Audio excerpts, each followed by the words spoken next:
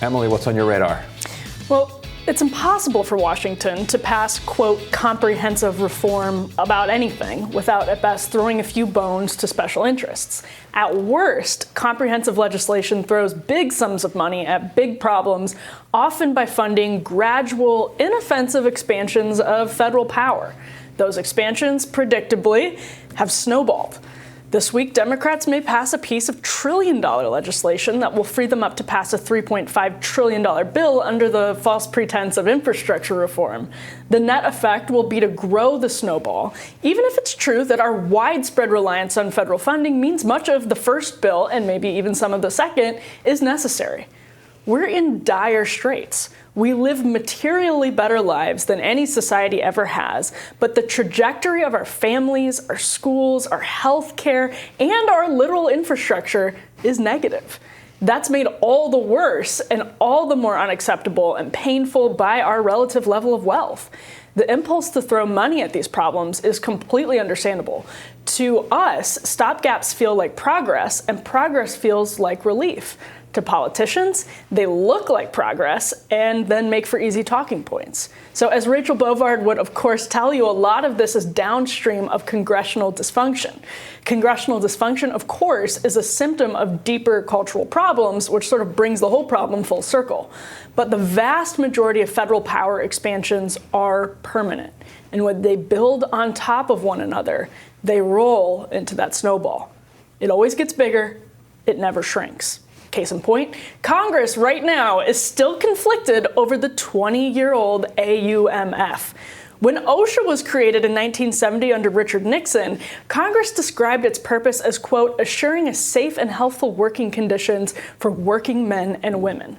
When President Biden this month mandated vaccine requirements for businesses bigger than 100 employees, he cited the emergency authority of OSHA.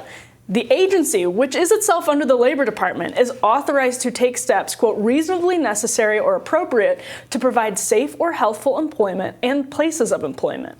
The problem is hardly that Biden cited OSHA's authority. It's that OSHA may well be within its authority to implement the mandates because those authorities are unbelievably broad. The latent power of our bureaucracy is just ridiculous. When it's exercised tangibly, as with the OSHA mandate or Obama-era Title IX decrees, we rarely pause to see the problem in the context of government growth. But it really is. We lose track of all the broad authority Congress has delegated to the bureaucracy, and it's not just Democrats' fault at all. Republicans' 2017 tax cut was followed up with spending increases. Now, after Biden announced the OSHA mandate, I noted in a piece for The Federalist that two of the political establishment's most powerful publications, Politico Playbook and Axios AM, gave telling treatment to Biden's decision.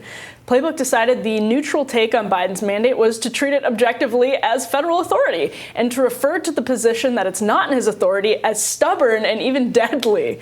Presuming similarly that Biden had done something relatively uncontroversial, Axios AM wrote a classic Republicans pounce item, deciding the primary news value was the Republican reaction to Biden's policy, not the policy itself. So of course the federal government should use emergency authority vested in a cabinet agency to tell businesses they must force millions of their employees to take a new vaccine our experts have failed to present with credibility for so many people. Of course. Now, as it was put by a journalist who Ron Klain retweeted, OSHA doing this vax mandate as an emergency safety rule is the ultimate workaround for the federal government to require vaccinations. Now, here's another case study. When Senator Cynthia Lummis pressed Janet Yellen yesterday on new requirements in the reconciliation bill that banks report every transaction over $600, Yellen's response was illuminating. Here's a quote from a Fox Business report. Yellen pointed out that the IRS already has, quote, a wealth of information about individuals, citing examples such as the W-2 form filled for a person's job, but said the IRS needs more information on higher income individuals who have opaque sources of income, not low-income people. Well, the $600 threshold is not usually where you're going to find the massive amount of tax revenue you think Americans are cheating you out of, Lummis replied. Yellen conceded, quote, that's correct, but it's important to have comprehensive information so that individuals can't game the system and have multiple accounts. So in other words, the agency is already wildly invasive, so get over it. The reconciliation bill would add $79 million of funding to the IRS and increase the scope of its authority. From Bitcoin to car design to childcare, Democrats are working hard to expand our broken government in the interest of reforming it. But those two concepts are often conflated, and yet they can be very different. That isn't to say every new piece of spending in the infrastructure package is bad or expands the government, but we're expanding the government at a time when its stewards have proven to be more incompetent and less in touch with local needs. That is a recipe for more problems, not less. Last week, Freedom House released its annual report on internet freedom. Noticing an uptick in global demand for government regulation of big tech, the study cautioned the current drive for greater regulation raises the risk that instead of curbing and decentralizing the power of tech companies, governments will attempt to wield it for their own purposes and further infringe on users' rights. The danger posed by the worst initiatives is immense. If placed in the hands of the state, the ability to censor, surveil, and manipulate people en masse can facilitate large-scale political corruption, subversion of the democratic process, and repression of political opponents and marginalized populations. We've seen that happen in other countries, but the concentration of power in the hands of a few businesses, married with government power, is a dangerous prospect here and abroad. I support reform, but reform should not be confused with expansion. They can sometimes be the same things, but they aren't always. So if you're worried about climate or the social safety net, the Democrats' infrastructure package might be tempting to celebrate. Indeed, it may achieve your goals in the short term. But Congress's need to pass genuine reform in larded-up bills that throw money at problems without reforming the bureaucracy means those gains will come at a cost. As Justice Democrats may find out shortly, the political establishment's can kicking never, ever stops. Ryan, I'm curious for your take on this, because for me, it's sort of terrifying to the prospect of, like, let's just take the IRS example.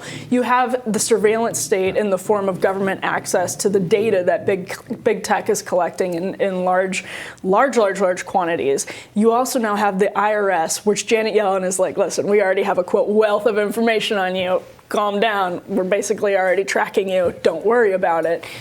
That throwing, $80 million at the IRS isn't fixing our problems with the IRS. It may sort of temporarily beef up its ability to actually collect revenues from people who aren't properly paying them, but it's also giving the IRS this power that could be wielded in very, very dangerous ways that infringe on our freedoms.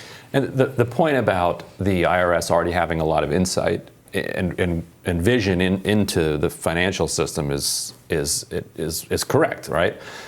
So you're a writer. I assume you've done some decent amount of freelance writing out there.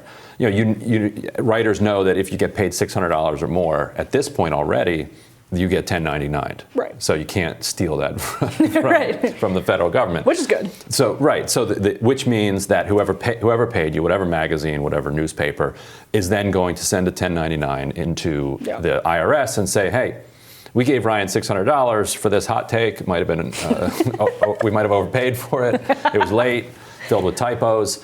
But then when it comes to tax time, I have to put on my taxes. I got $600 for this hot take. And so I have to, I should put money away for it. And freelancers are supposed to every quarter put money away, actually pay the IRS along the way, so they don't just have this cash flow robbery of the IRS. And so if there's already this 1099 situation going on where the IRS is already requiring businesses to tell them who they've paid $600 to, you can see how it's just one more creep to get a little more access into there. But I'm somebody that thinks that the crises, the interlocking crises that are facing us are so profound that the federal government is the only way that we're going to handle that, and that's a genuine disagreement. I mean, on climate, I think it's clear. Only government investment and only kind of government power is going to be able to turn things around fast enough. On inequality, since the financial crisis, we've seen almost all of the gains since then go to the top 1% or the top 10%. That's with the government stepping back and also throwing in some tax cuts along the way.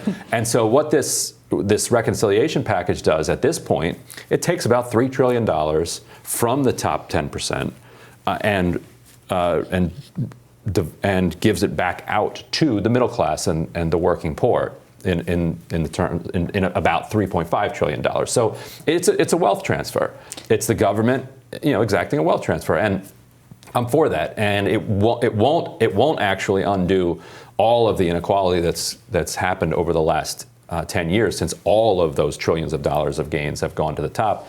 But it's a step at least in the right direction. So this is an interesting point, and I agree that like climate is, you don't even just need the federal government, you need like a global operation to actually do anything about that. But the point about the wealth transfer is an interesting one, because one of the ways Democrats are saying that this will be paid for, is that there's $700 billion essentially that when the child tax credit sunsets 5 years or so from now, that's how they make up the revenue. And it's like, well, this is a cost that's going to end up ultimately being passed down. There's no way that we can pay for this without that ultimately trickling into middle class taxes. And so right now, the situation, I agree. I think there's a cost benefit analysis. Like it's so dire. It's such an immediate problem that we do need to, infuse cash to families or whatever it is. But that is the fear among the rich, that wait a minute, if you're going to create these new programs, you're going to have to fund them somehow, and then you're going to have to tax us eventually to pay for that. You could definitely finance it, but yes, that is, I think you've really hit the nail on the head there. That is the actual opposition to it. It's not that they don't want people to get $250 per kid per month to help them out. It's like they're like, eventually you're going to tax me for that, and I don't want that to happen. And I'll just close on this. It's not just about finances. Wait until the child tax credit that people get accustomed to receiving every single month gets tied to something like a vaccine mandate or a sort of cultural, social thing that people don't like. When you start having these programs that affect literally almost every single family in the country, you get a lot of power to sort of wield the carrot in powerful ways on a federal level. Another thing to think about. That's interesting, yeah. Yeah, just another thing to think about on your Wednesday morning. Next on Rising, Team Rising joins us to discuss all kinds of great issues. Stay tuned for that.